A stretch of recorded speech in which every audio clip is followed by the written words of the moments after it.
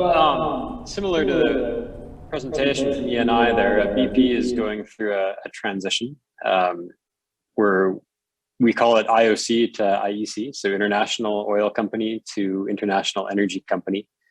But more importantly, we consider ourselves to be a greening company. And, listening to all the presentations so far, I think this is an audience that understands the complexity of the energy transition, and that simple magic bullet type solutions are more of a distraction than helpful. It takes extensive work on many fronts.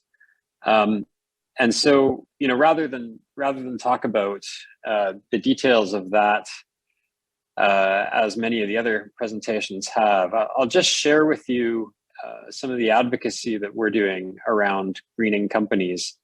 Around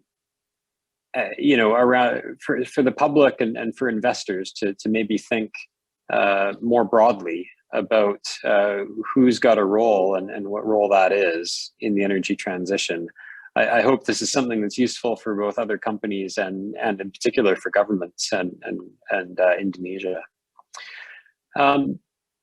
So the carbon budget is finite. It's running out fast. To limit our warming to 1.5 degrees C as specified in Paris, we need to cut emissions in the world by nearly 8% every year from 2020 to 2030. When we locked down in 2020 for COVID, emissions dropped 7%. So to meet that Paris target, we'd need to do more than 2020 every year this decade.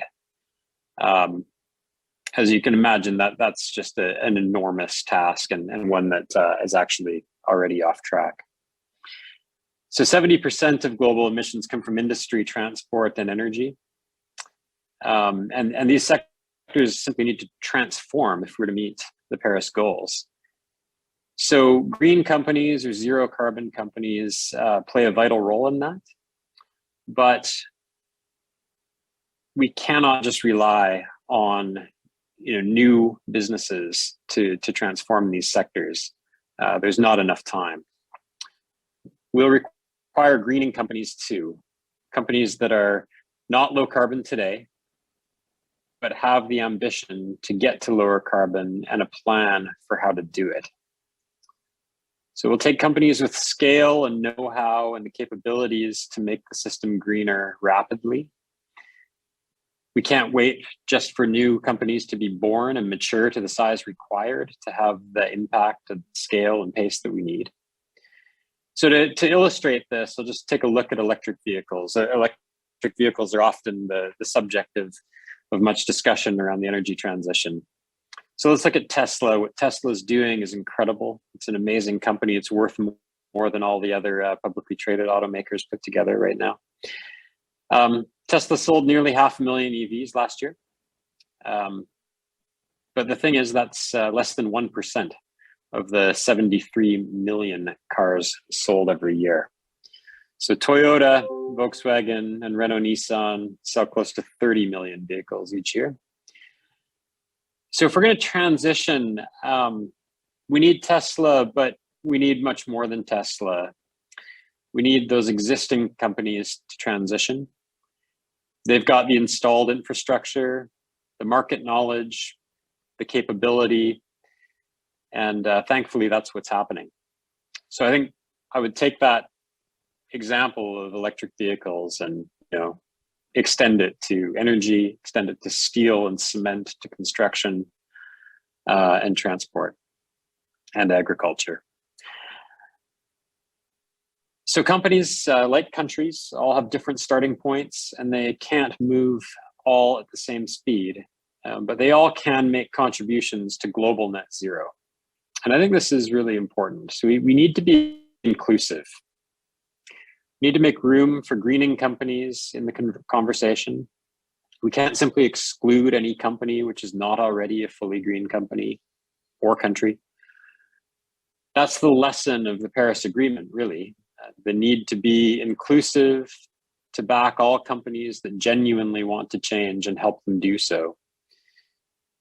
Many people were skeptical about an approach that accepted all countries, actually, regardless of their starting point or ambition.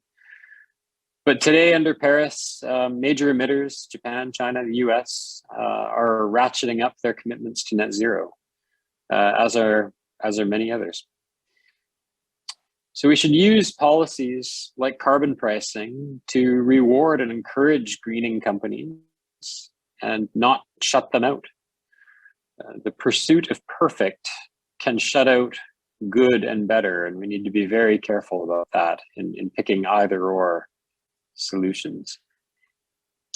So investors should consider both the positive climate impact and sustainable long-term value that greening companies can offer.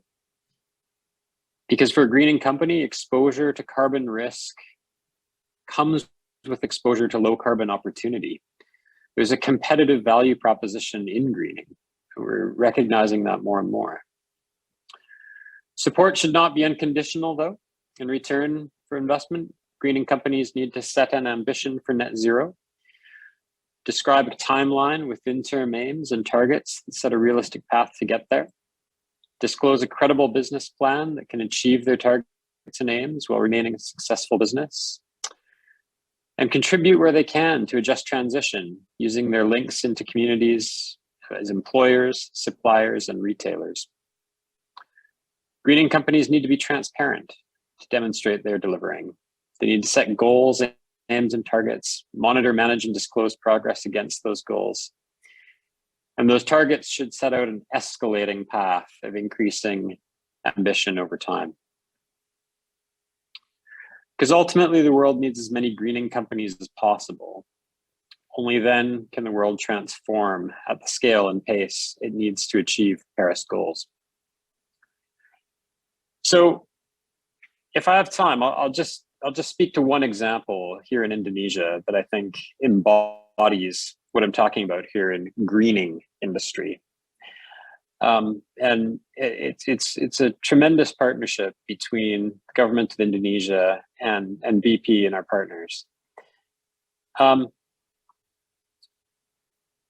If I look at Tangguh, Tangguh is a source of LNG, which is displacing coal effectively as a source of electricity. Ultimately, is where most of it goes. It's a high emitter. It's a high emitter because we vent a lot of CO2, which is produced with the gas. So what we've come up with is a carbon capture scheme to dispose of that CO2. But importantly, carbon capture needs advantages to work, and I think finding those advantages is really the key. So what happened at Tangguh? Well, because we need to separate the CO2 from the gas to make LNG, capture, which is the expensive part of carbon capture and storage generally, is paid for already. What we found is that we can increase our gas production, actually, if we inject the CO2, and that can pay for the project. And of course, we'll dispose of many more emissions than it creates. Once that CCUS project is implemented, Tangguh is actually a tremendously advantaged asset from an unit emissions point of view. It's close to markets, so few shipping emissions, and it's an incredibly energy efficient plant because investments were made in the beginning in combined cycle power generation.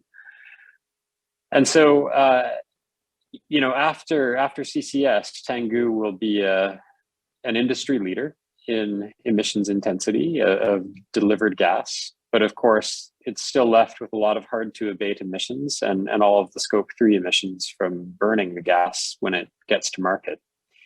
And that's where the nature-based solutions come in, which we were just hearing about from ENI, to develop essentially, new business, new natural resource development that is negative emission, and deal with those hard to abate and scope 3 emissions.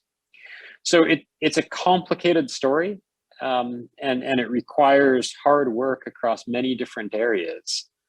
to green industry, to green companies, to green countries.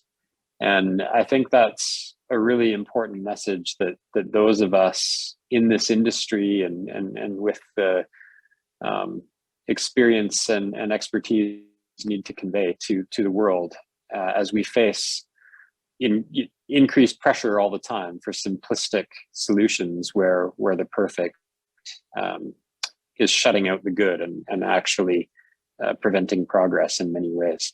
So I think there's a tremendous opportunity here actually for Indonesia with incredible nature resources to capitalize on being a greening economy with greening companies. And I hope that some of you find this useful in the advocacy that you're doing.